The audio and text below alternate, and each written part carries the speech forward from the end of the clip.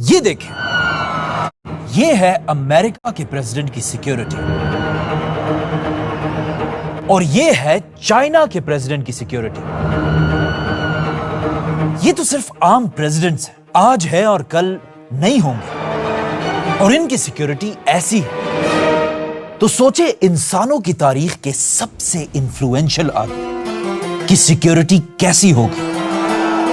مدینہ میں رسول اللہ صلی اللہ علیہ وسلم کا روزہ، یہ جگہ دنیا کی سب سے ہائی سیکیورٹی زونز میں سے ایک ہے۔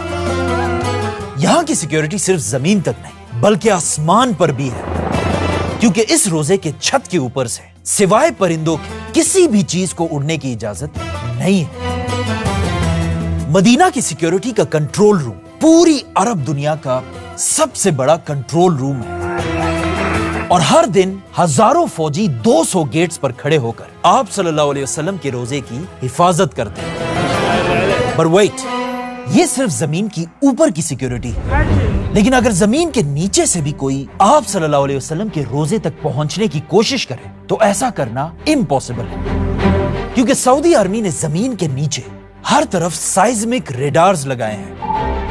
مطلب اگر مدینہ کی زمین کے نیچے کوئی بھی چیز تھوڑی سی بھی ہلی تو اس کی خبر سیدھا سعودی فوج تک پہنچے گی، اور پھر کچھ ہی دیر میں پورے سعودی میں ایمرجنسی لگ جائے گی۔ لیکن یہ سب تو صرف آج کی سیکیورٹی ہے، لیکن ایسا ہمیشہ سے نہیں تھا، بلکہ کہا جاتا ہے آج سے 1000 سال پہلے 2 لوگ ایسے تھے جنہوں نے آپ صلی اللہ علیہ وسلم کے روزے کے اندر گھسنے کی کوشش کی تھی، اور ایسا کرنے کے لیے انہوں نے ایک بہت ہی خطرناک پلان بنایا تھا۔ اور یہ ساری کہانی ایک پرانے زمانے کی کتاب میں لکھی ہوئی ہے۔ یہ ہے آج سے 500 سال پرانی السمودی کی کتاب، اور اسی کتاب میں انہوں نے یہ پوری کہانی ڈیٹیل سے لکھی ہے۔ لیٹس سی اس کتاب میں کیا ہے۔ یہ کتاب لکھنے والا السمودی کہتا ہے کہ میں نے سنا ہے کہ آج سے بہت سال پہلے جب مسلمانوں کی سب سے بڑی ایمپائر عباسی خلافت چھوٹے چھوٹے حصوں میں ٹوٹ چکی تھی، اور چھوٹے چھوٹے ٹکڑوں میں بٹنے کی وجہ سے ہر طرف مسلمان آپس میں ہی لڑ رہے تھے، یہاں تک کہ فلسطین بھی مسلمانوں کے ہاتھوں سے نکل چکا تھا۔ ایگزیکٹ اسی ٹائم جب پچھلے 500 سال میں پہلی بار مسلمان کمزور ہو چکے تھے، اسپین کے ایک چھوٹے سے گاؤں میں 2 کرسچنز نے ایک بہت ہی خطرناک پلان بنایا، ایک ایسا پلان جس کا اب تک مسلمانوں کے کسی دشمن نے بھی نہیں سوچا تھا۔ مدینہ میں آپ صلی اللہ علیہ وسلم کے روزے کے اندر گھس کے آپ صلی اللہ علیہ وسلم کے جسم مبارک کو اپنے ساتھ لے جائے، لیکن ایسا کرنا کوئی آسان کام نہیں تھا، اسی لیے سب سے پہلے ان دونوں نے اپنا بھیس بالکل بدل دیا، مسلمانوں کی طرح داڑھی رکھی اور مسلمانوں کی طرح کپڑے پہن کر یہ دونوں مدینہ کی طرف روانہ ہوئے۔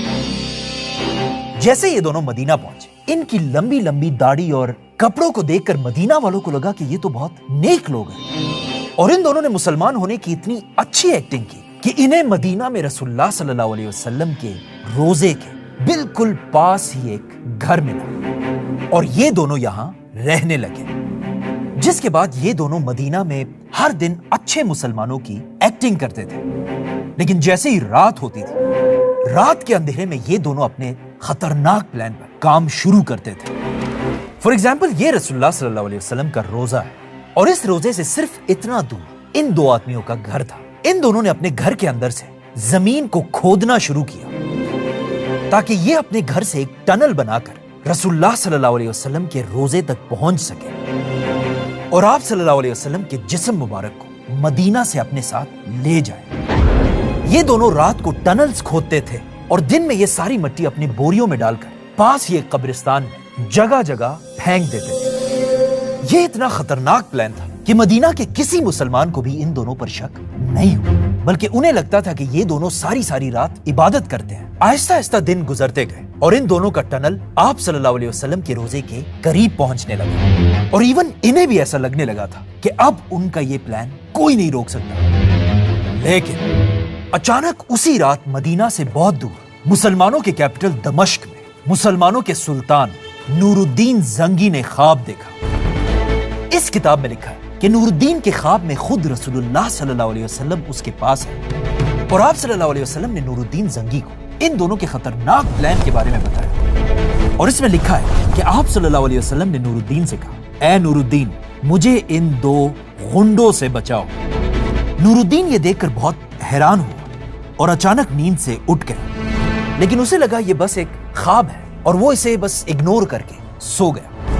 لیکن سوتے ہی اسی رات نور الدین نے یہی خواب دوبارہ دیکھا، بلکہ آپ صلی اللہ علیہ وسلم نے نور الدین کو ان 2 آدمیوں کے چہرے بھی دکھائے۔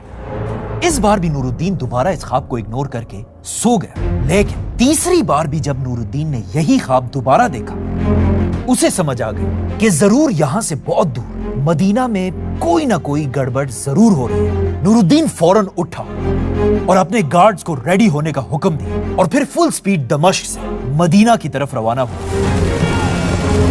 جیسے ہی نور الدین مدینہ پہنچا، وہاں سب بادشاہ نور الدین کو دیکھنے کے لیے جمع ہوئے اور نور الدین نے اعلان کیا کہ میری طرف سے پورے مدینہ کے لیے کھانے کی ایک بہت بڑی دعوت ہے، آج رات کھانے کا انتظام کیا جائے۔ اور نور الدین نے حکم دی کہ اس دعوت میں مدینہ کے ہر آدمی کا آنا لازمی ہے، جس کے بعد مدینہ میں ایک بہت بڑا دسترخوان بچھایا گیا اور مدینہ کا ہر آدمی یہاں کھانا کھانے آیا۔ جب مدینہ کے سارے لوگ جمع ہوئے، نور الدین ایک ایک کو گفٹس دینے لگا اور غور سے ہر ایک کے چہرے کو دیکھنے لگا، لیکن بہت ڈھونڈنے کے بعد بھی نور الدین کو وہ 2 لوگ نظر نہیں آئے جنہیں نور الدین نے اپنے خواب میں دیکھا تھا۔ اور آخر جب سب کھانا کھا کر چلے گئے، نور الدین نے ان سے پوچھا کہ کیا اس دعوت میں مدینہ کا ہر آدمی آیا تھا؟ لوگوں نے کہا ہاں، سب آئے تھے سوائے 2 لوگوں کے، کیونکہ وہ 2 لوگ ہر ٹائم عبادت میں بزی ہوتے ہیں، اور اسپیشلی رات کو تو یہ 2 کچھ زیادہ ہی عبادت کرتے ہیں اور ہر وقت اپنے گھر میں ہی رہتے ہیں۔ یہ سنتے ہی نور الدین کو سمجھ آ گئی اور وہ سیدھا مدینہ میں ان دونوں کے گھر پہنچا، اور جیسے ہی نور الدین نے انہیں دیکھا، نور الدین حیران رہ گئے، کیونکہ یہ وہی 2 لوگ تھے جنہیں نور الدین نے اپنے خواب میں دیکھا تھا۔ نور الدین فوراً ان دونوں کے گھر کے اندر پہنچا اور اس گھر کے اندر ہر ایک چیز کو چیک کرنے لگا، اور آخر جب اس نے زمین سے ایک کارپیٹ اٹھایا، یہاں اسے اس گھر کے اندر وہ ٹنل ملا۔ نور الدین اس ٹنل کے اندر گیا اور دیکھا کہ یہ 2 واقعی میں آپ صلی اللہ علیہ وسلم کے روزے کے بالکل قریب پہنچ چکے تھے۔ یہ دیکھ کر نور الدین ان دونوں کو گھسیٹ کر سب کے سامنے مدینہ کے بازار لے کر آیا، اور پھر مدینہ کے لوگوں کو جمع کر کے ان دونوں کو پھانسی کی سزا دے دی گئی تاکہ آئندہ کوئی ایسا کرنے کا سوچ بھی نہ سکے۔ اور اس طرح آج سے 800 سال پہلے نور الدین نے رسول اللہ صلی اللہ علیہ وسلم کو بچا لیا۔ واہ کیا کہانی ہے! بلکہ یہ کہانی تو ہم نے بچپن سے بار بار سنی، لیکن اس کہانی میں ایک بہت بڑا مسئلہ ہے، اور وہ مسئلہ یہ ہے کہ یہ کہانی بالکل فیک ہے۔ نہ یہ 2 لوگ کوئی ٹنلز بنا رہے تھے اور نہ نور الدین نے کوئی خواب دیکھا تھا۔ اور مجھے پتا ہے اب آپ کہیں گے کہ ہمیں یہ کہانی سنانے کی کیا ضرورت ہے؟ وہ اس لیے کیونکہ ہم سب نے بچپن سے بہت ساری کہانیاں سنی ہیں، رشتہ داروں سے، بڑوں سے، انٹرنیٹ سے، جنہیں ہم آج تک بالکل صحیح سمجھتے ہیں، لیکن وہ ساری بالکل غلط کہانیاں ہیں۔ اور اب تو اے آئی اور یوٹیوب کی وجہ سے ایسی کہانیاں بن رہی کہ ان شارٹ جو بھی یہ ویڈیو دیکھ رہا ہے، آج کے دور میں ہر بات بہت ہی سوچ سمجھ کر اور ریسرچ کر کے ماننی ہے۔ اور میں تو کہتا ہوں کہ اگر کوئی بھی ایسا نہیں کرے گا، اس کے ساتھ بھی وہی ہوگا جو… ایک منٹ کیا مطلب یہ کہانی جھوٹ ہے؟ آپ نے ابھی خود کہا ہے کہ یہ کہانی اس کتاب میں لکھی ہوئی، تو پھر یہ جھوٹ کیسے ہے؟ یہ بات صحیح ہے کہ یہ کہانی اس کتاب میں لکھی ہوئی ہے، اور اس میں لکھا ہے کہ نور الدین نے یہ خواب دیکھا تھا، لیکن یہ کتاب خود نور الدین کے مرنے سے 300 سال بعد لکھی گئی ہے، اور اس نے بھی اس کتاب میں صرف لکھا ہے کہ میں نے کسی سے سنا ہے۔ کس سے سنا ہے، کب سنا ہے، یہ نہیں بتایا۔ نور الدین کی زندگی پر لکھے جانے والی اصل کتاب یہ نہیں، بلکہ یہ کتاب ہے